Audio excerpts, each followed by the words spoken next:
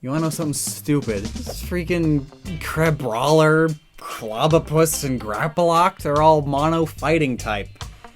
But this Kung Fu Panda knockoff is fighting water. What's the deal with that? Well, I'ma tell ya.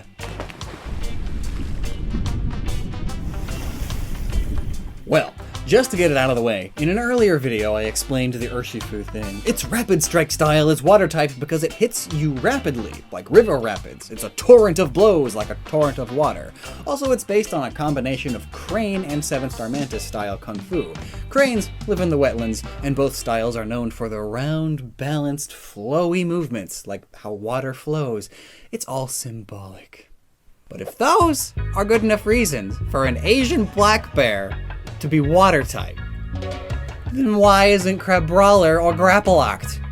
Well, let's start with Crabrawler. It's easier. There are two reasons. One is because of in-game things, and the other is because of what it's based on. Crabrawler is based on a coconut crab with classical professional boxing elements. The coconut crab not only lives in Oceania, like most of the animals that the Alolan Pokemon are based on are, but also it's what's known as a land crab.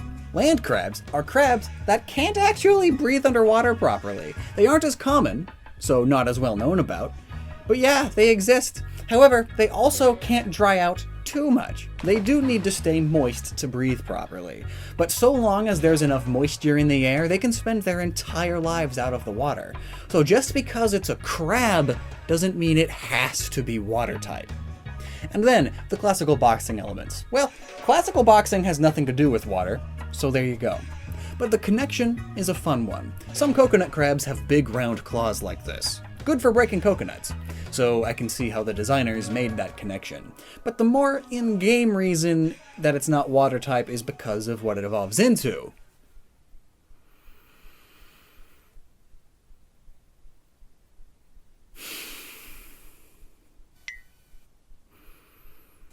Oh no, literally my second least favorite Pokemon of them all.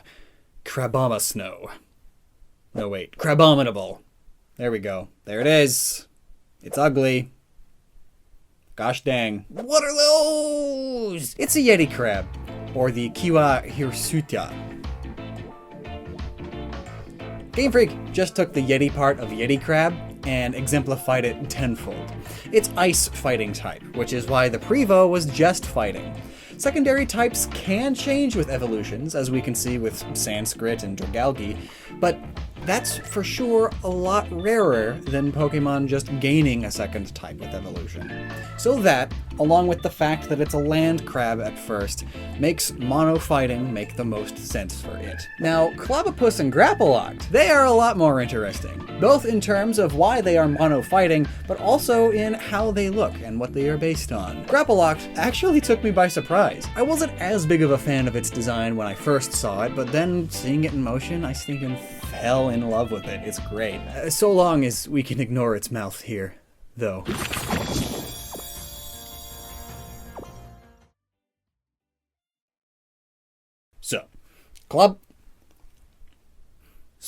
Clobbopus and Grapploct.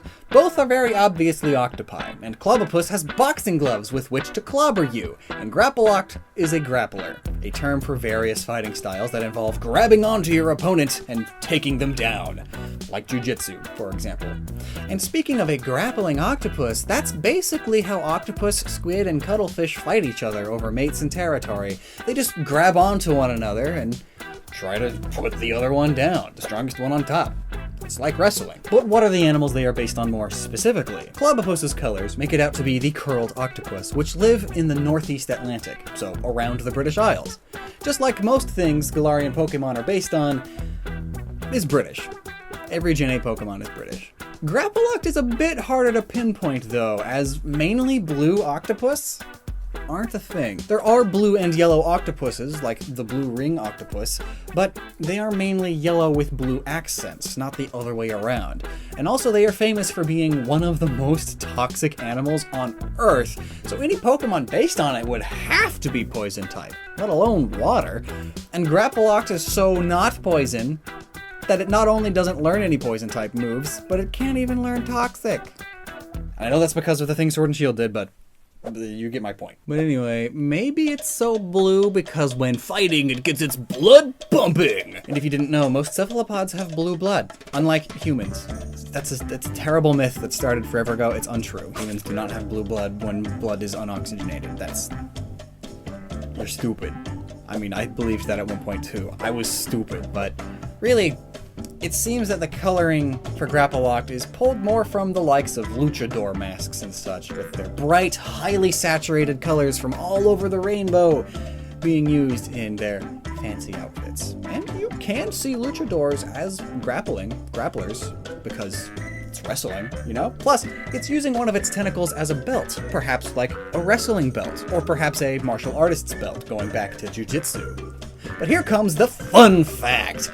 Wrestling octopus was a thing. A sport, even. A now illegal sport, but a sport all the same. From the late 1940s to the early 1970s, octopus wrestling attracted people from all over the world to the Pacific Northwest. Pacific Northwest Pride? I guess? Divers would dive down, look for an octopus to grab and pull out of its home, and they would wrestle it back up to the surface. It was hard because octopus are surprisingly strong in the water, and also their suction cups hurt, like a lot. But most of the time though, the octopus would only fight for a bit and then flee, making the challenge harder. But yeah. It was basically octopus kidnapping, and at the time, we didn't quite know just how smart octopus really were. Eventually, Jacques Cousteau, a famous oceanographer, started making documentaries about how cool and smart octopuses were. And then people realized just how rude octopus wrestling was to them. So, not too long after, laws passed which harshly limited the sport, and then about a year later, it was completely outlawed. No more octopus wrestling. But throughout the lifetime of the sport, the record for the biggest octopus wrestled to the surface was 80 pounds. Though there were bigger ones, likely around 90 pounds. They just always happened to get away. This may play a role in Grappoloct's weight, at 86 pounds. It's heavier than the record heaviest octopus successfully defeated, making Grapploct better than any human who tries to wrestle with it, which is kind of the whole point of most fighting-type Pokemon. Plus, here's one of its Pokedex entries. Searching for an opponent to test its skills against, it emerges onto land. Once the battle is over, it returns to the sea. And we can sort of see this in the game. Once it sees your Pokemon trainer, it just kind of goes after him. So, really, this is kind of the opposite of the real octopus wrestling, right? The sport had humans looking for a challenge to test their skills against, so they dove into the water, and when the battle was over, they returned to the land. It's just that, but the other way around. You got an octopus looking for a challenge, so it goes up to Pokemon trainers and challenges them and then returns to the water. Octopuses are cool. Okay. But this Dex entry also shows us that Grapploct, despite living in the water, prefers fighting on land. Plenty of octopus are capable of moving around on land, though not as well as in water, obviously, but Grapploct takes this idea about them and runs with it. Real octopus can survive up to half an hour out of the water, and in Wales at least, a part of the UK, they do this to hunt around the beaches, to fight, in a way. In fact, this is the curled octopus, the same one that clobbopus is based on. While none of these point specifically to why it's not water type, it does show how fighting on land is not exactly a stretch for this octopus Pokemon at all, especially by Pokemon standards. Game Freak essentially took the octopus wrestling and the fact that octopus can survive and fight and hunt on land, and based a Pokemon on that aspect alone. And to really drive that home, they made it not water type. It cares not for the water. It prefers to face challenges on land. Plus, I mean, think about it. In the Pokemon world, most of its watery opponents are lame fishes. All the other fighting types that are any good, or thus a worthy challenge, they're up on the land. So screw the water. I'm a cool octopus. But there is one other land and octopus related thing we can look into, and it's significantly more British. The octopus is a fairly common animal in political cartoons, and has been for centuries. It's basically used to symbolize nations overreaching or overstepping their bounds all over the world. Throughout the 19th and 20th centuries, we see it used symbolically this way constantly, symbolizing countries like Germany, Prussia, Japan pretty frequently, and none of these nearly as much as Russia. And look at this, the Rothschild child octopus as a horror story in an image. But I think I can confidently say that the most famous example of this is also the best example of it. It's this image from 1888, showcasing the wide reach and land coverage of the British Empire, the largest empire in history thus far. I mean, they controlled 22% of the planet's land. That's a lot. It was super common to compare the British Empire to an octopus because not only do octopi live all around it, but also because of how much they controlled and how much land they had. Control over land that they had to fight for and grapple to the... Maybe that's a stretch, but British fighting type land octopus?